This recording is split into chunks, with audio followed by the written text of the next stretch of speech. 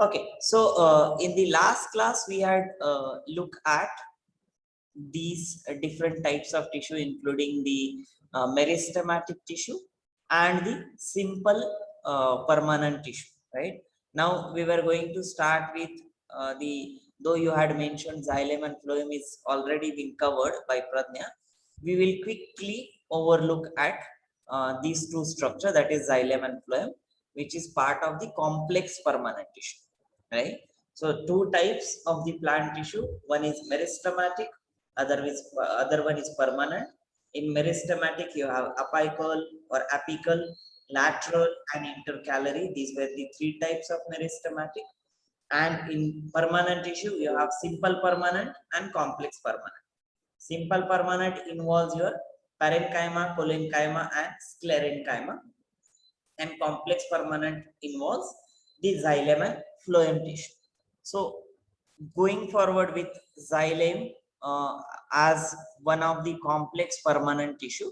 So basically, if I have to tell you something about these two tissues, they are nothing but the transport system. And I had given you an analogy, like we have in our human body, the circulatory system.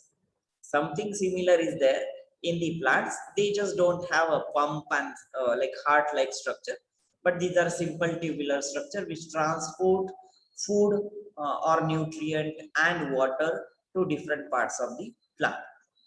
So that is the main function of this complex permanent tissue, including both of these, xylem and phloem. Now, before I say things about them, can someone tell me what do you know about xylem tissue? Anyone, whosoever remembers whatever Pradnya had covered, what is that xylem? Okay, yes, Ishan, go ahead. It transports water from the roots to the leaves, and it's one way, so it only goes up,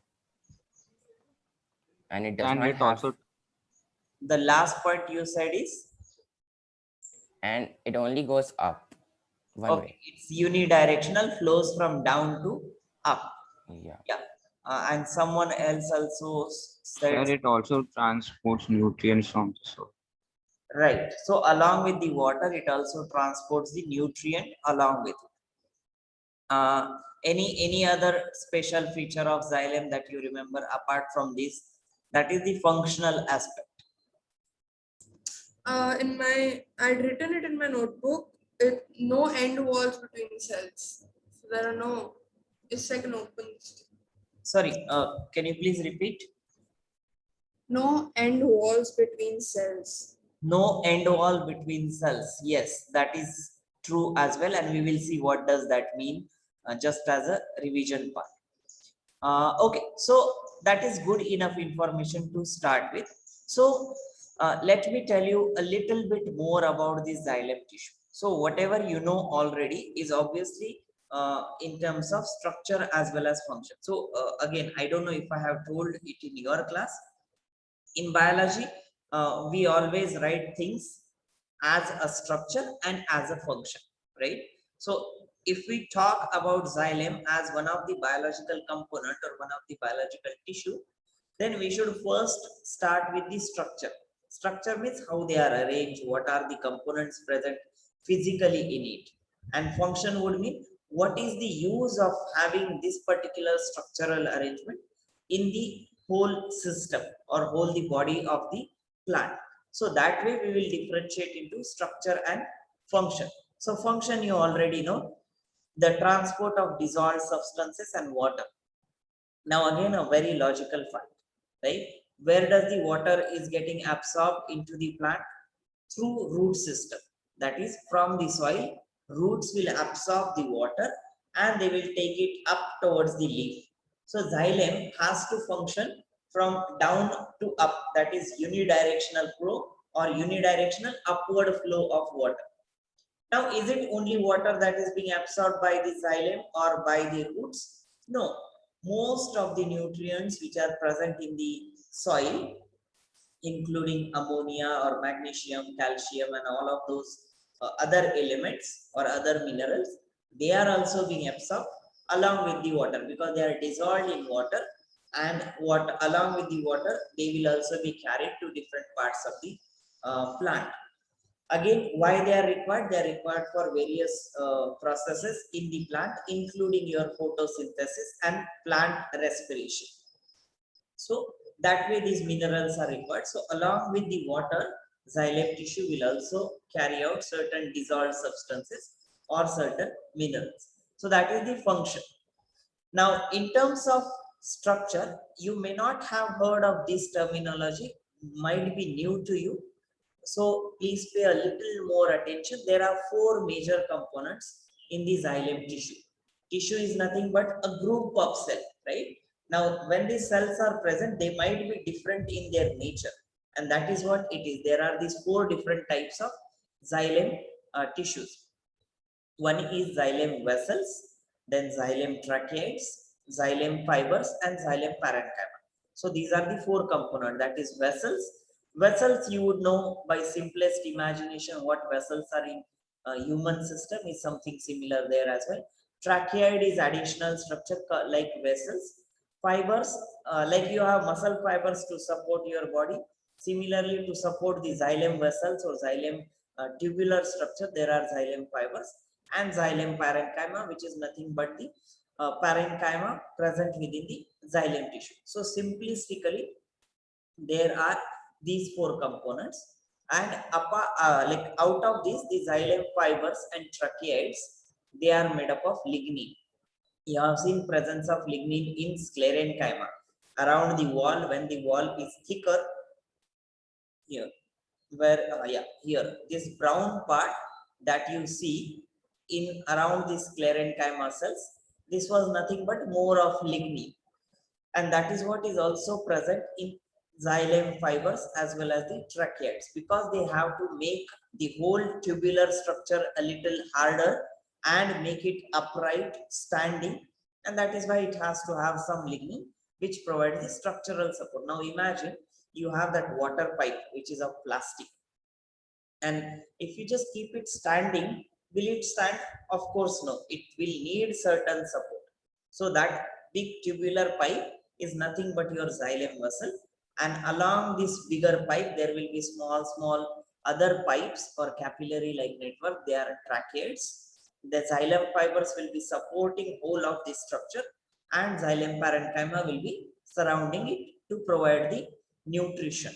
So these are the main component. I'll come back to phloem once we finish xylem part.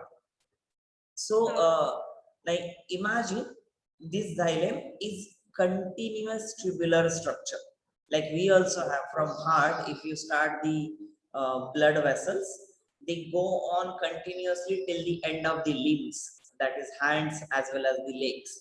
Yeah, there are no breaks in the what you say, the circulatory vessels or blood vessels, right? There are branches, that doesn't mean break, but branching is there in case of what you say, the trees as well, but otherwise they are also a continuous vessels. And usually the arrangement of the xylem and phloem together is known as the vascular bundle, because they are doing the function of vessels. That's why it is called as vascular bundle together, and they will perform the function of conduction of water. So again, in terms of leaf also has it, because from root, so this is the section of the root, section of the stem, and the section of the leaf. That is three different places, and they are showing how the xylem is arranged in respective places. So in roots, xylem is arranged at the center. In stem, you don't have to remember this part, I'm just showing you for your general information. Xylem is located on the in a ring like structure along with the phloem, and in leaf again it is present in the middle vein. So you all have seen a leaf structure. At the center of the leaf there is a bigger vein, and that vein is nothing but your xylem and phloem tissue together, called as vascular bundle. So that is the general arrangement of this tissue across, and like I said, they are continuous from the roots till the leaf part of it. Now I should have somewhere the diagram. I have a of- question. Yes. So the 4 parts of xylem that you said, Mhm. so all that is parallel to each other, or does anything like run on the like horizontal? Okay, so now you will answer that question for me looking at this diagram. See, all 4 components are mentioned. Xylem tracheids, these are one in yellow. The bigger vessels, these are the xylem vessels. Xylem fiber, you see another yellow structure which is supporting here. And the kind of purple one is nothing but the xylem parenchyma. So what do you think? And they all look parallel. Yeah, so they are arranged in parallel, but except the xylem parenchyma, these are all like elongated structure, fibers, vessels, and tracheids. And parenchyma is nothing but a cell structure. Like you have seen that parenchyma in the earlier cases, these are like round, spherical, or little oval shaped cells, right? So they may not be like looking like parallel, but arrangement is parallel only, like one on top of each other, and there might be 2-3 layers of the xylem parenchyma along the all sides of the xylem tracheids and vessels. Yeah, so if you see on this side also, this is like a bigger pipe, and when you from outside to inside, if you go on the outermost side, you have xylem parenchyma, then little inside you have xylem fibers, and then you have arrangement of vessel. You see on the top you can see this round, so just behind this tracheid there will be one more pipe, next to it is one more pipe, and so on. So all around will be these xylem vessels, and at the center what you have is the tracheid structure. So that's how they are arranged in general. Okay, any question in this? Does anyone have any question? I have one more question. Yes. So can you go back to that diagram that you just showed? Mhm. Yeah. So xylem is continuous, like you had said, right? Yeah. So then, but in this diagram, it looks like there's some cell wall in the middle. Okay, so this thing is okay. So what we'll do is we'll go back to xylem vessels description, which is here, right? It is like there are obviously certain layers which are perforated. That is what I guess someone mentioned, the end wall, right? So due to the presence of this end wall present between the xylem vessel, they work as a pipeline during conduction of water. So what it means is, this is one cell of xylem vessel, right? This is another cell of xylem vessel, this is third cell of xylem vessel, and so on. So at the end of the xylem vessel cells, there are cell walls, of course, but they are perforated. Perforated means it has pores or holes, and when the water has to flow through, it will flow through these holes like a capillary action, and then in a bigger pipe. Yeah, so that's how the xylem vessels are arranged. And what you see, those walls, they are nothing but the end wall of the xylem vessels, and they are porous. Okay. It is also called as transverse septum. Transverse is like the horizontal plane, and septum is a common English word which means the partition. So that is the transverse septum. And tracheids, they are similar to your xylem vessels, but just the lumen of tracheid is like a little smaller than the vessels, but wider than the fibers. Yeah, so if I go back here, these fibers, they will also have some intracellular spaces, so they will have very thin gap. Then next would be tracheids, which will have little bigger gap, and vessels which have even more gap, like gap as in terms of the circumference is more, or the diameter is bigger. Yeah, that way. So these three structures, they are like helping each other then to conduct water, as well as fibers will support the vessels as well as trachea. And the main function of parenchyma like everywhere the parenchyma would function to perform the photosynthesis. If at all it is exposed outside, and if it has chlorophyll, then it will do the function of photosynthesis. If not, then it will just act as a metabolic unit of that particular layer, and it will be storing fat, starch and tannin like compound, and allows the radial conduction of water. Most important function of xylem parenchyma, right? If you talk about xylem as a whole structure, it will allow upward conduction of water. If you talk specifically of xylem parenchyma, it is radial conduction of water. Radial means along the radius. So let's say you have a big trunk of the tree, and at the center you have xylem tissue, or at the periphery you have xylem tissue. So obviously all the layer at a particular section will also need water, right? Not only it has to go all the way upward to the leaf, and only leaf needs water. Not that, right? It also all the surrounding tissue near the xylem, that will also require water, and that function is done by the xylem parenchyma, which allows the radial conduction of the water. Radial means along the radius. So these are very typical biological terminology, that is radial, direction, transverse section and so on, right? We always say it using these words. So that is the movement of water to the periphery of this xylem through this xylem parenchyma. Can you repeat what radial conduction is? Sorry, come again. Can you repeat what radial conduction is? You want me to repeat it? Yeah. Okay, radial conduction means, like, let's say at the center of the big stem or big trunk of the tree, there are the xylem fibers, and let's say you cut the tree at certain section in the middle of the tree, right? In the middle of the stem part, and that plane will be the radial plane, because it's along the radius or the surface area of that circle, right?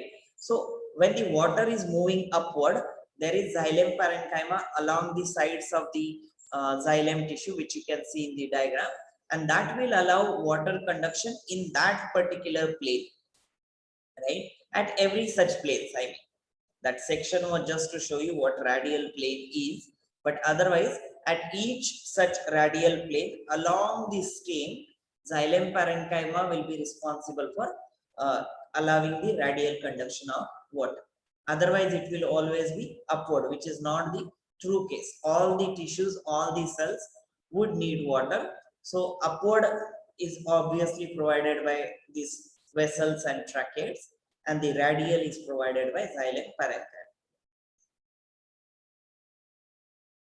So xylem parenchyma takes some water from the xylem vessel and Yeah. So they have certain porous structure on their side walls at some time points, right? And that is where the water will go out, because parenchyma itself will need water for its own function, right? So obviously it is going to take some water from those tissue. And what we imagine always is, like, let's say when we talk of a plastic pipe which we use for gardening and stuff, that is not how xylem vessels are. Actually, if you talk of a little, what we say, let's say we make a pipe of a cloth, right? And at some patches we put plastic on the cloth, so that some of the areas of that cloth pipe, they are still perforated and they will allow water to squeeze out, right? So that's how xylem tissues are. They are not like how we imagine, okay, it's a complete pipe and there are no perforation. Ultimately, remember, these are cell walls. Cell walls, they have certain porosity. They allow certain molecules of water as well as other minerals to move in and out of the cell wall, right? So that way the structures are present, and that is how the parenchyma will also get some water through the cell wall of these xylem vessels or tracheids. Okay, any more questions? Anyone? So this xylem part, I hope everyone is very, very clear with. We don't have to revise at all later if you have clarity here itself. And always, like I always try to make it little imaginative so that we don't stick to certain concept, right? Like this plastic pipe kind of analogy. We always have that imagination, but that sometimes makes us wrong in thinking what the function could be. So I try to explain. So please get all these things very clear in your head, and later I don't think you will have to revise at all. So these four components we have seen. Trachea, I'm not going into details of these descriptions. You can read over it. Whatever we discuss is already there on these slides. So that is tracheids, vessels, xylem fibers, and xylem parenchyma. So these are the four components. Now, this is the actual diagram, which is much at enlarged microscopic view, how it exactly looks like. So if you look at this big pipe-like structure, that is nothing but your xylem vessel. And if you carefully look at the wall, you can see certain like honeybee, that structure of the honeybee house, that structure like arrangement you can see. That means it is little porous. Yeah. And that is how the xylem vessel looks like. These are the tracheid structure, the smaller ones.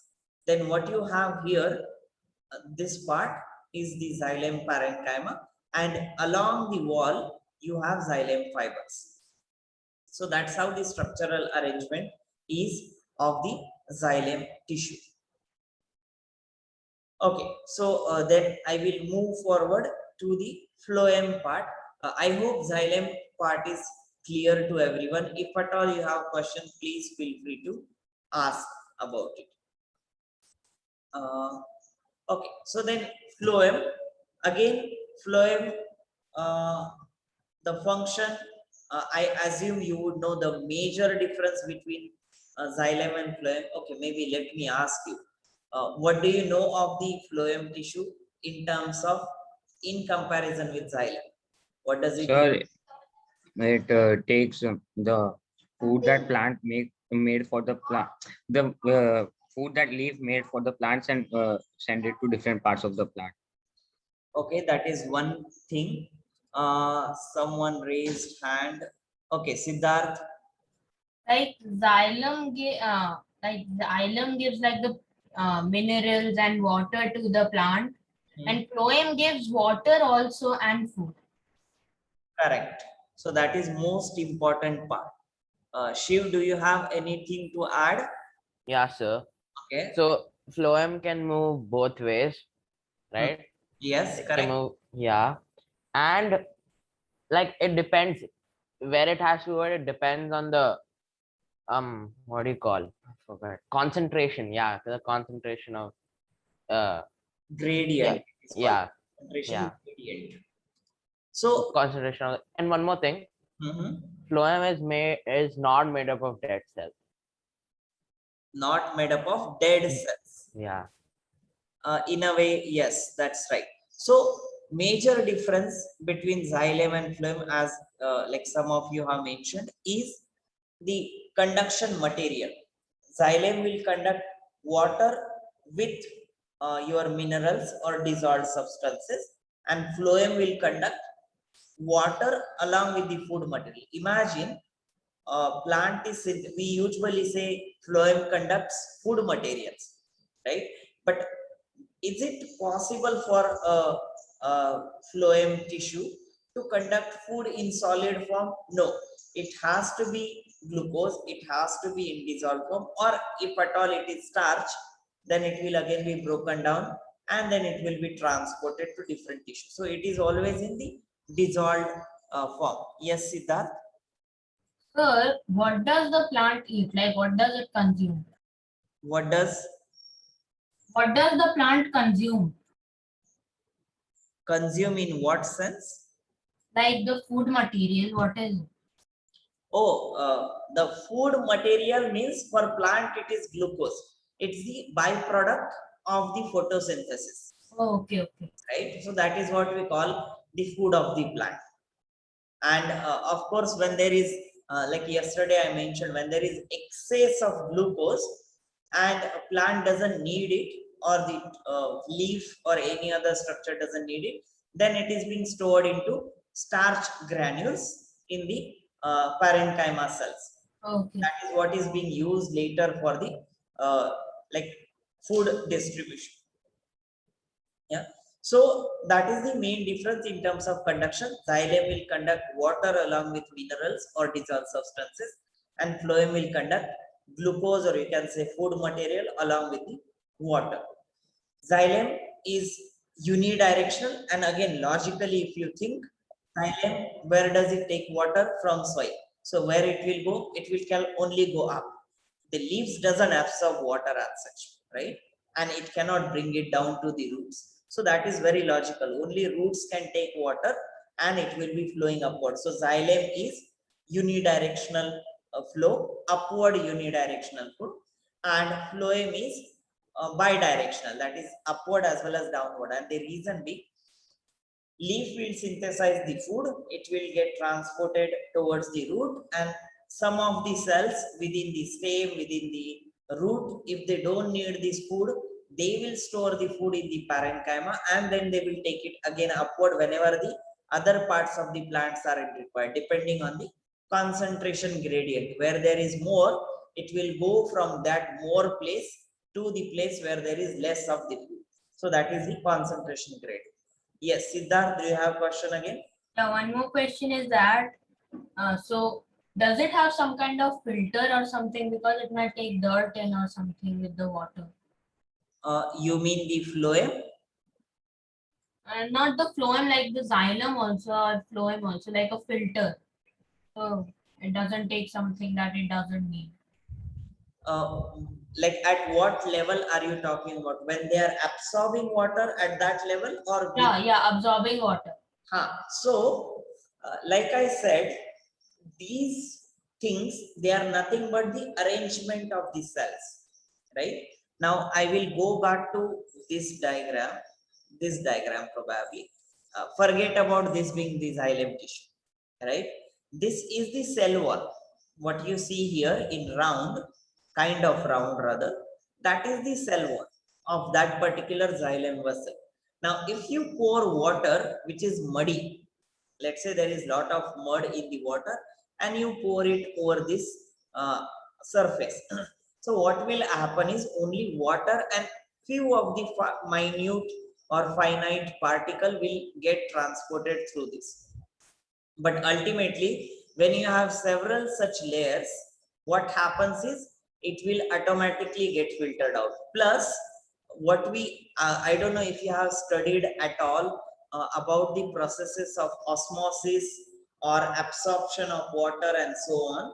So, like I gave you an example of filter, but when we talk of the plant cell, it not only acts as a filter, but it also separates out all the other content, and it only allows water and certain minerals to pass through the cell wall, because that is the specialized ability of those cell walls. They are made up of different proteins and lipids and so on, and even steroids for that matter. Not the steroids that we think of in terms of medicine. These are steroidal structure, that is big molecules. And that way they make a filter kind of arrangement, but filter not in terms of again what we think of filter is, it's like only allowing specific molecules to get across that membrane. That is what I mean by filter. And that is how they do not usually, or rather not at all, they allow the soil to come inside the cell, or other unwanted material to come inside the cell, right? So that is how they function. Actually, you have in next year, class 10, you have absorption by root, a complete chapter on this. And there you will study all these processes. What is imbibition? Like, let's say, for example, if you soak like if you put a grape in water, right, grape will get swollen, right, a little bit swollen, or even for that matter lemon, if you put it in water, it becomes very tight, right, very like rigid, like spherical structure. That means the water has entered inside and it has increased the size of that grape or lemon. So that is nothing but these are the processes, like how the water can transfer across the walls and nothing else. So I hope that part is clear. Okay, so yeah, so like I was saying about the phloem tissue, the structural arrangement of the phloem is similar like xylem. It also has different components which we can see here. One of the component is sieve tube. Now I will not go into details what is sieve cell and sieve tube, because there are two different types of plants. One is gymnospermic and other one is angiospermic. I suppose you would have studied this sometime. If not, these are the flowering plant called angiosperms, and these are the they have like they are non-flowering, but they have certain reproductive structures present in them. These are the two different types and they have different structures. But again, you need not go into that detail. What you have is a sieve tube. Sieve tube is nothing. Sieve, everyone knows, like whatever you use for filtering the grains or atta or flour, right? That you do, right? Flour that you use for making dough and stuff, that you sieve it through before using, right? So that is something like a sieve, and this sieve tube is exactly functioning like that. So let me show you this part. Yeah.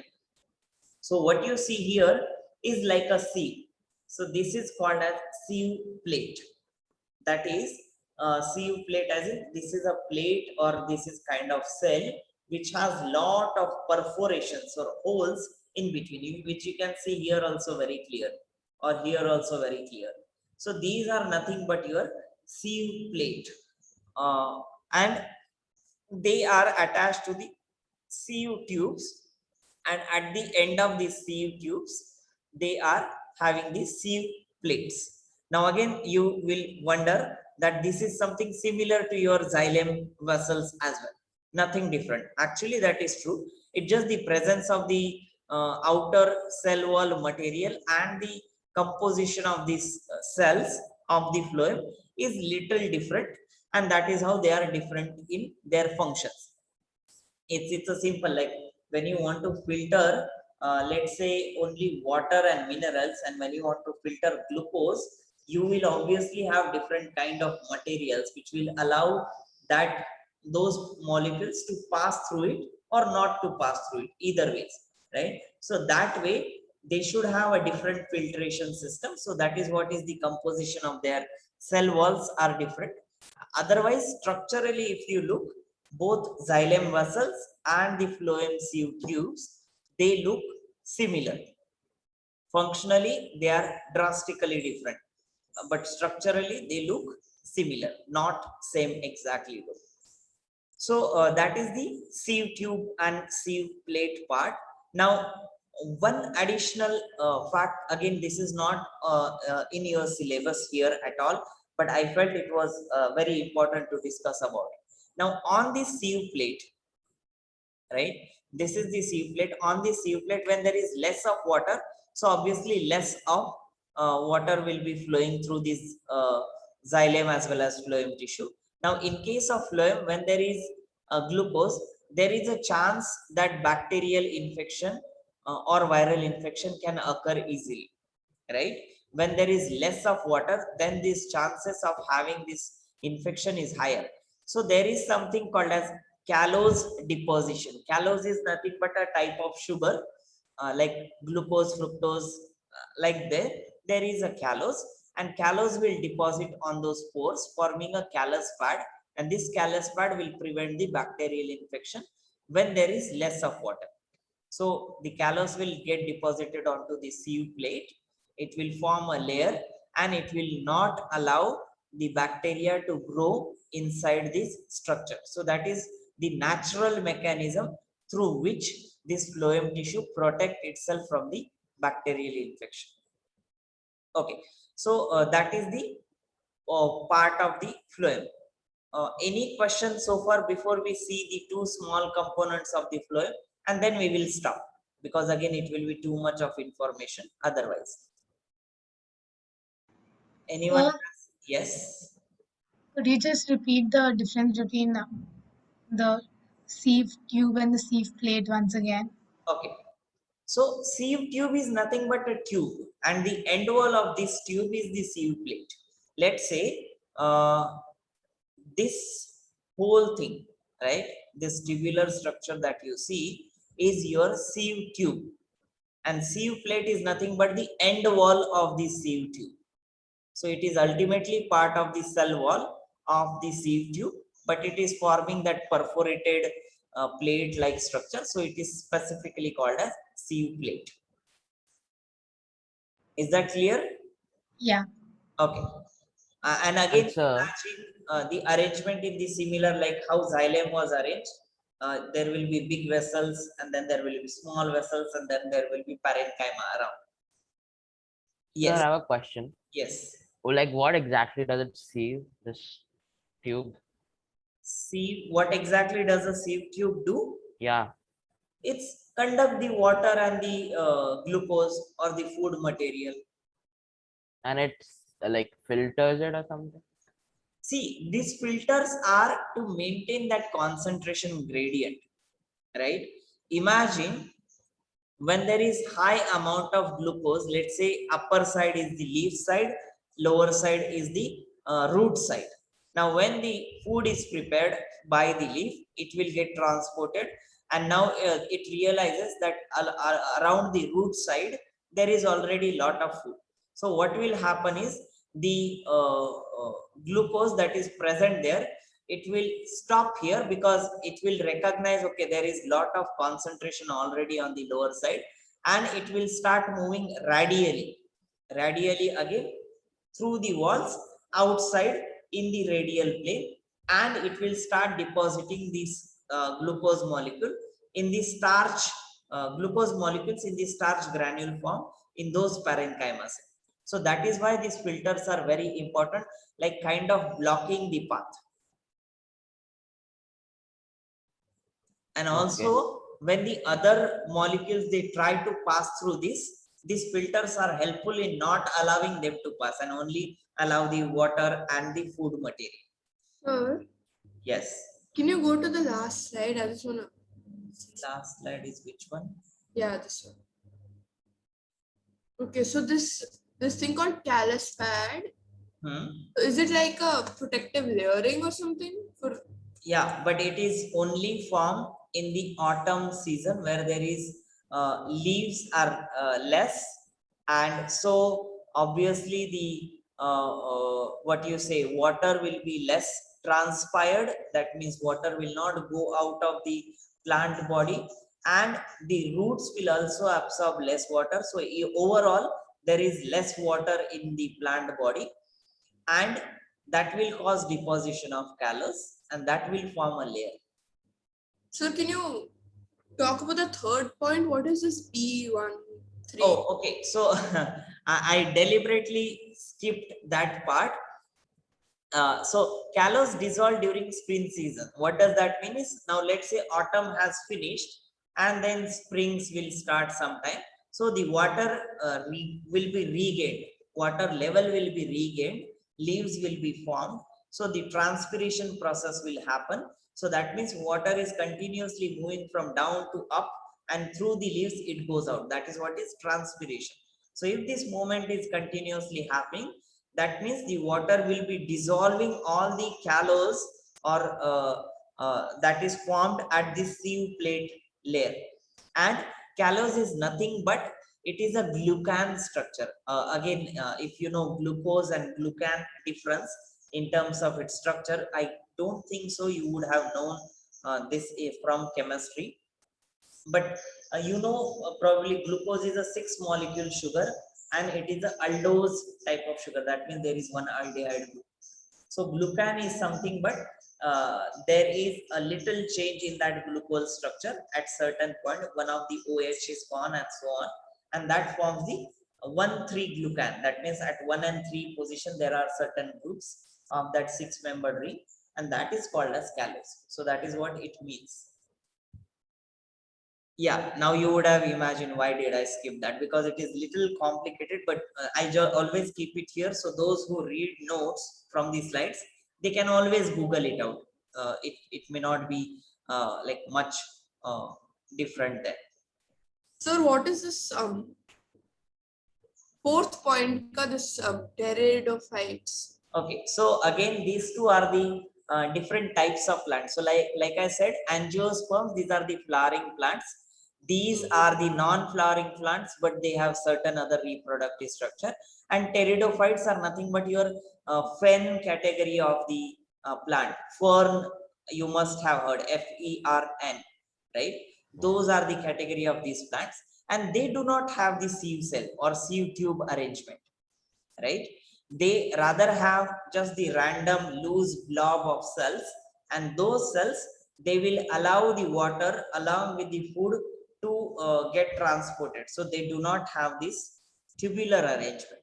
What they have instead is they will have one cell here, other cell here. So like, you know, cells are arranged in groups, and that will allow the movement of water through the cells, right? So when water will come, let's say for example, these are different cells, 1, 2, 3, 4, like this they are arranged. So let's say water is moving from top to bottom. So water will come like this, then it will go like this, then it will go like this along the cell wall, and so that's what it is saying. Where is it, that line? Yeah, so thus the conduction of food takes place in zigzag manner. That means along the walls of the cell. So that is what will be zigzag. So in these two specific type of plants, the water will move not like how it would move in the sieve tubes, but because those sieve tube structures are not present in these plants, that is gymnospermic and pteridophytes, it will move in that zigzag manner. Function will ultimately remain same, that is conduction of food with water. It just the structural arrangement is different in gymnosperm and pteridophyte. But again, you do not have that as such in your syllabus. What you have is the regular arrangement of the phloem. And this is what you should remember. If you don't remember that other part, it is still okay, but this is for sure required. Okay, any other question? Anyone? Okay, then if not, just one small part that I want to talk about. Again, like xylem, there will be phloem fibers, and like parenchyma, which was present in xylem, again there will be phloem parenchyma. They are nothing but similar structure. Fibers will support whole of the tubular structure, and parenchyma will allow the radial conduction of the food. In this case, in xylem case, it was the radial conduction of the minerals with water. Here it is radial conduction of food with water.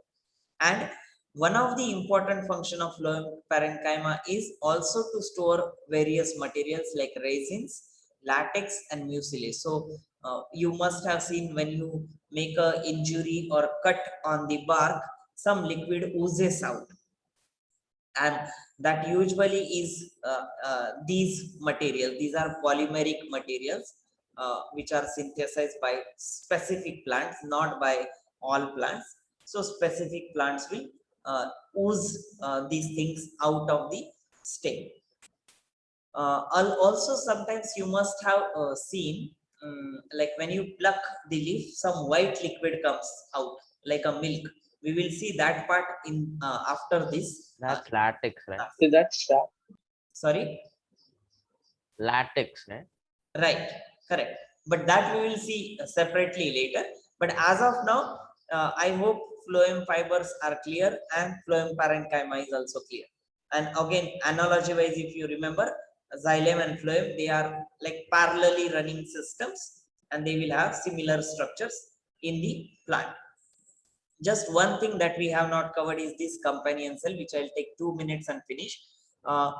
So Companion cells, like if you look at the sieve tube structure, right, which has the sieve plate at the end and which is also shown here, sieve plate, and this is the sieve tube.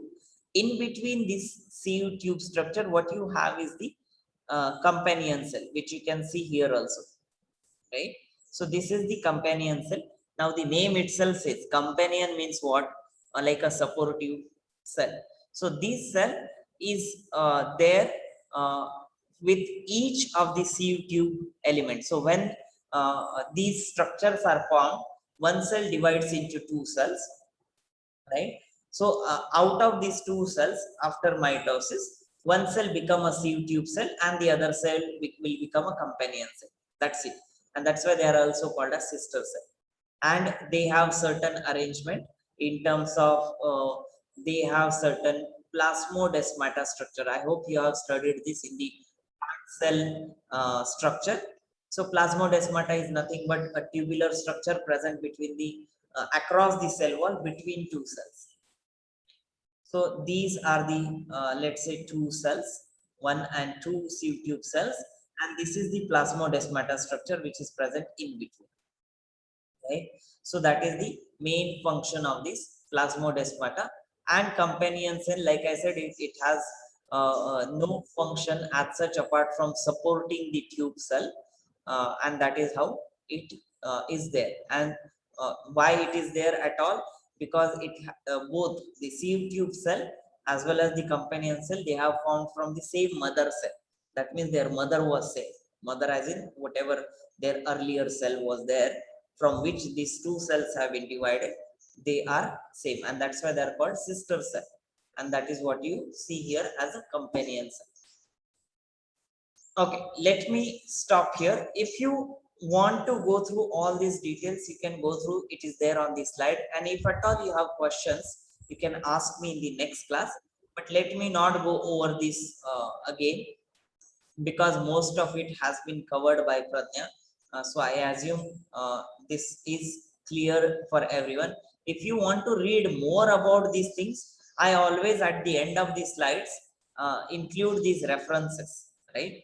And you can click on them and you can read more information, right? You can see it is linked to certain what you say hyperlinks, and you can always read about it more.